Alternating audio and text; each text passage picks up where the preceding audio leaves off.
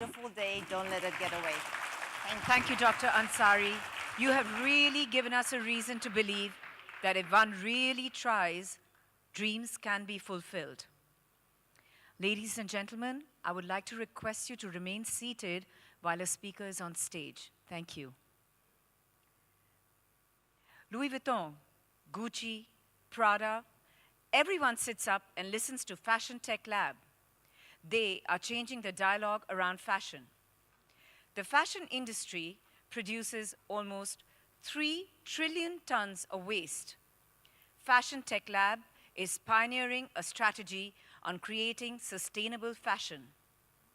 All the way from New York, we have Dr. Amanda Parks, Chief Innovation Officer of Fashion Tech Lab.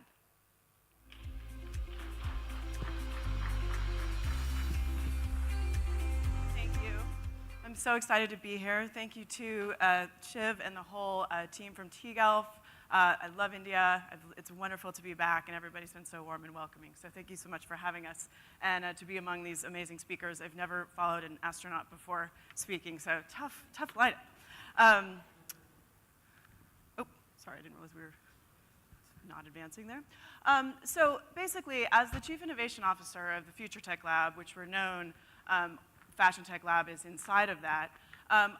We're working to really look at the businesses and how do we move the entire movement of fashion forward through all different kinds of sustainability initiatives. So I'll talk about that a little bit more. But as she just mentioned, the fashion industry itself creates a massive amount of waste and does an incredible amount of environmental damage.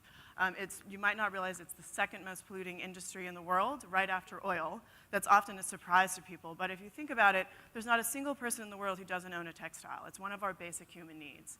And thus, there's so many opportunities for us to change this, to make massive global change from the inside out. So what are the different ways that fashion does damage in the world? We can think about, first of all, the mining of raw materials, both synthetic materials like polyesters, but also cottons, et cetera, crops, using tons and tons of water. Then the process technologies involved to create fashion, everything from the issues around dyeing and the tanning of leather. And then all of this creates a giant waste stream. I mean, we all are aware of all of the issues around fast fashion and how that's actually accelerating and not slowing down right now. And then on top of that, we have a massive amount of human rights violations inside of this industry, a lot of them directly affecting large populations of women specifically. So what we're doing at Fashion Tech Lab is taking a multi-tiered approach to this. So we are a business that's a hybrid investment fund, agency, and experimental lab. So we're looking at funding startups that are in the space of new materials for fashion, the enabling technologies of fashion. So things that are about fiber science, material science, nanotech, things that you don't normally think about when you think about fashion. It's not about brands. It's about materials, the back end, the process technologies. We are an agency. We are highly connected to the luxury and high fashion industry.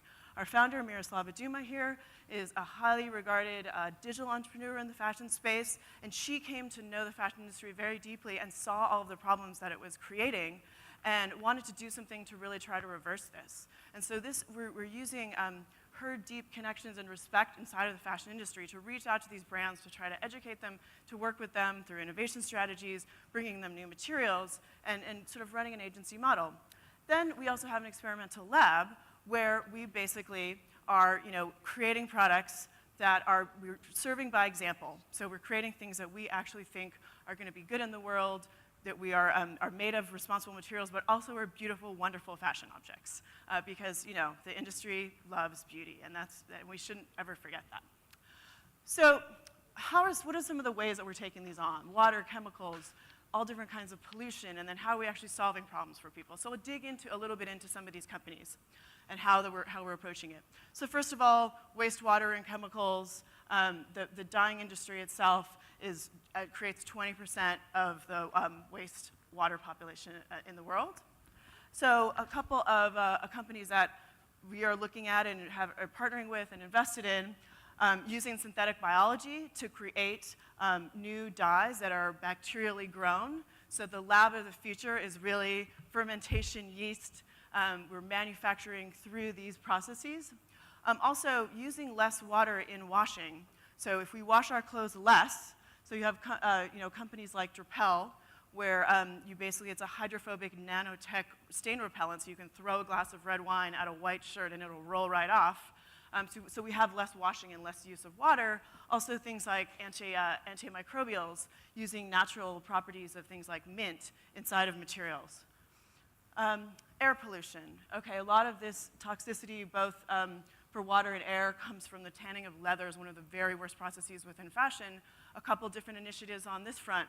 Growing leather in the lab, starting from animal cells, but not doing anything that is harmful to the animals, and using new forms of growth where you don't actually have to tan them. Also using alternative materials, leather made of mushrooms. It's a real thing. It's beautiful leather. It's real. There's a company called MecoWorks in San Francisco doing this right now.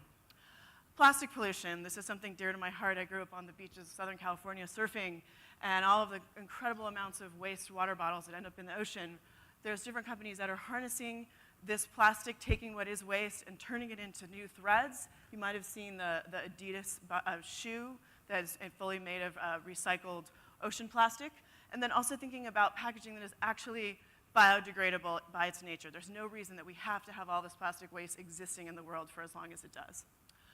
Waste recycling, right? So this idea, we're not going to get ourselves out of this mindset of we want to have fashion that can actually be a form of personal expression, that it's about our identity. And so this notion of having change and the fun and the glamour of it, what we want to say is you don't have to, we can have various garments, but we need to think about more effective ways to have a circular economy, circular processes, and responsibly deal with our waste.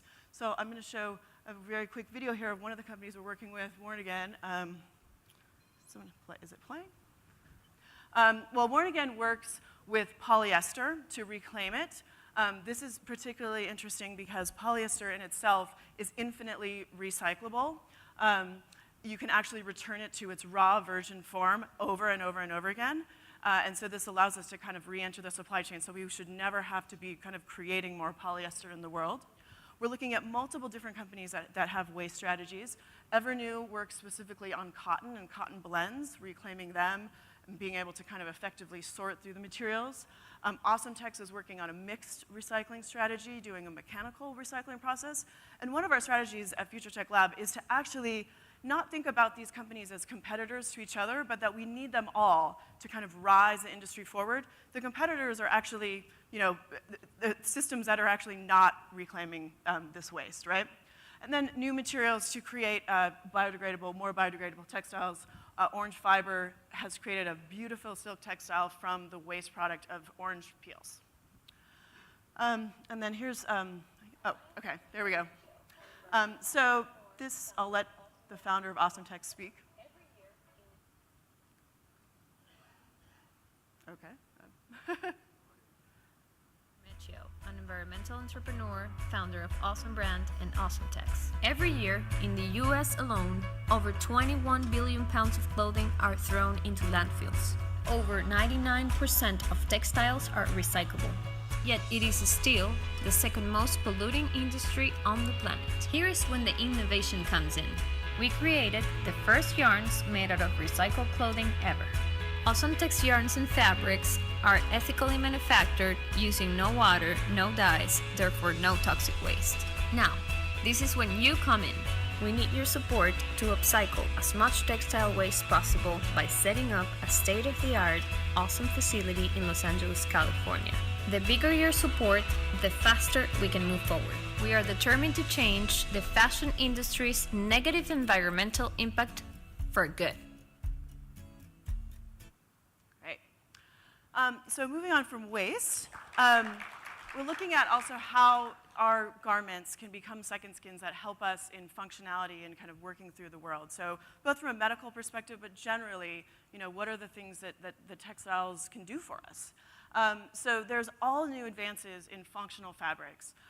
Things like the way that we used to think about spandex, we no longer think about that as a technology, but technically it is a textile technology.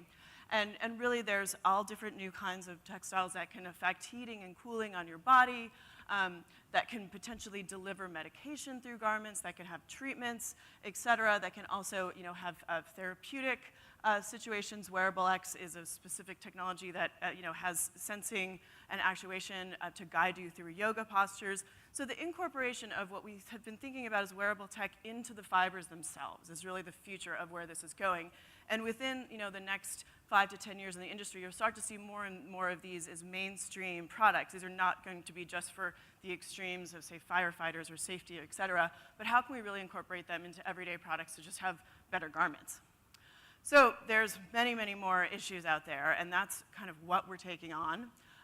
This is a company called Bolt Threads, which is actually doing an amazing technology advancement using lab-grown spider silk. Oh, there we go, okay. So they're using the DNA of spiders and inserting them into a yeast cell and growing this in the laboratory to make incredibly strong silk that can also be embedded with different kinds of properties. But this is one of those things where we've actually taken the biotech revolution, things that have been developed in synthetic biology, and moved it over into the textile side. And this can really transform the way that we actually grow and build everything in the future of our textiles and also in food. And one of the things that we really try to communicate is that we shouldn't be thinking about the laboratory as a sort of scary place, as a place that things are going to be, harm is going to be done that's unnatural. What in fact we're doing is taking natural processes, these processes are much closer to nature, and taking them into the laboratory to do them safely and in a very refined environment. So that's one example. Another one, Oxial, this is a company that's making carbon nanotubules. Probably not something you think about when you think about fashion, but this is actually a kind of technology that has amazing properties for thermal conductivity, all different ways that you can actually embed into other fibers to make them more resilient in various ways. So we're also invested in this company. So there's all these ways that what we want to do is take the problems of the fashion industry and really translate them into solutions. So what fundamentally we're saying is that technology and science is not at odds with sustainability. It's actually a partner. We should be working on those together. There's all these ways which we can use technology through the natural world to advance the fashion industry.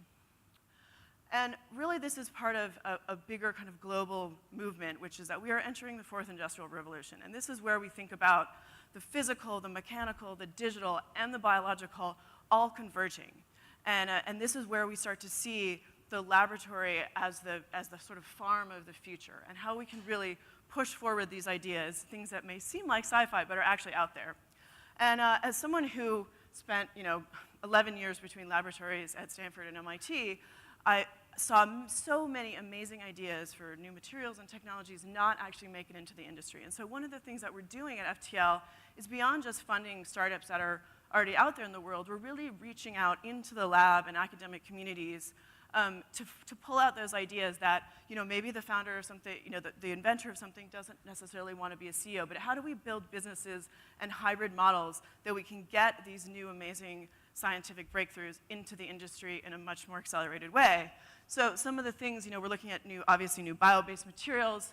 Something I'm very excited about, 3D printed chitosan, the waste product of shrimp, can be turned into an amazing 3D printing substrate that can, basically replace plastic and 3D printing and packaging, and it's actually biodegradable in salt water. So instead of thinking about not putting our plastic into the ocean, we can throw it back and it will naturally disintegrate. Something else, Dermal Abyss, which is a technology from my old lab at MIT, which is actually a tattoo ink that has an active biosensor, so you can track things that are going on inside of your body through a tattoo. Biologically, it will change color to tell you things about your chemistries. And then the next phase is, of course, thinking about interactivity. Everybody in this room has a phone and has a million gadgets on them. And we are thinking about how do we actually move towards a biological paradigm for this. The whole notion of techno-trash and waste has been a huge problem.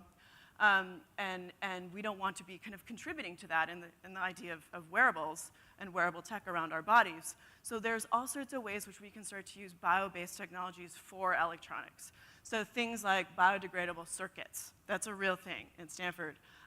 This idea of fiber batteries, so a bio-based anode and cathode laminate on a microfiber that is literally the weave of your garment holds the charge. So these are things that can revolutionize not just the fashion industry, but basically all of our notions of distributed energy paradigms and how we sort of charge things and think about energy in the world. So, and the most important thing about this is that we are not alone. We have an amazing set of advisors and mentors deep in the fashion industry, and we're gaining a lot more in tech. You know, some of the biggest names, which Mira is very close to, she's gotten you know, a whole lot of people on board and into the conversation, people like Diane von Furstenberg and Alexander Arnault and Stella McCartney, and people that are, you know, the luxury industry is traditionally very hard to break into and to communicate with, and we're really kind of up there having these hard discussions and really educating and talking about science and, you know, saving their industry and moving it forward for a much more positive future. So some of our mentors as well from across industries. So, you know, Ian Rogers, the Chief Digital Officer from LVMH, for example. We are a young company, but we are global and we are rapidly growing. We have right now people spread across European capitals, a headquarter in Moscow. I'm in New York. We have people in San Francisco, Dubai, Shenzhen. We literally are creating a global company right from the beginning. And we're searching for ideas everywhere out in the world through all these different communities. And that's one of the reasons why we love being in India. We're so open to kind of hearing about all the new companies that are out there. You guys have a thriving textile industry, of course. And we're also looking to partner with people who are looking to invest. So we had our official launch in Paris during Paris Fashion Week. It was an amazing event. All players from all different sides of the aisle in fashion came out. And we were educating them about sustainability. And I remember that basically a few weeks after this event, I was at a different conference, and Diane von Furstenberg was speaking on stage, and she started explaining how DNA is used in synthetic biology to make textiles, and my heart was just exploding because I was figuring out that we are actually creating these dialogues we're getting through, and the industry is changing from the inside out. So I'm going to show a quick video of our launch. Hopefully it'll start. There we go.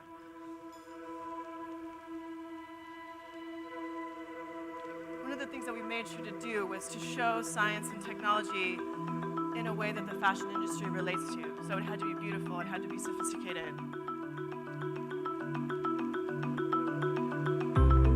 We showed 7 different new technologies, which we are all invested in. Some of the ones that I spoke about today, as well as another one, Diamond Foundry, which I'm wearing today. It's lab-grown diamonds, entirely real diamonds.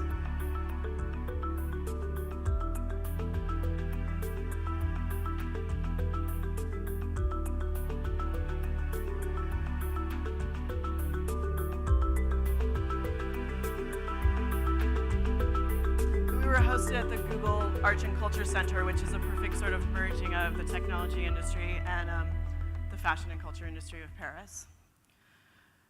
So thank you very much for having me. We'd love to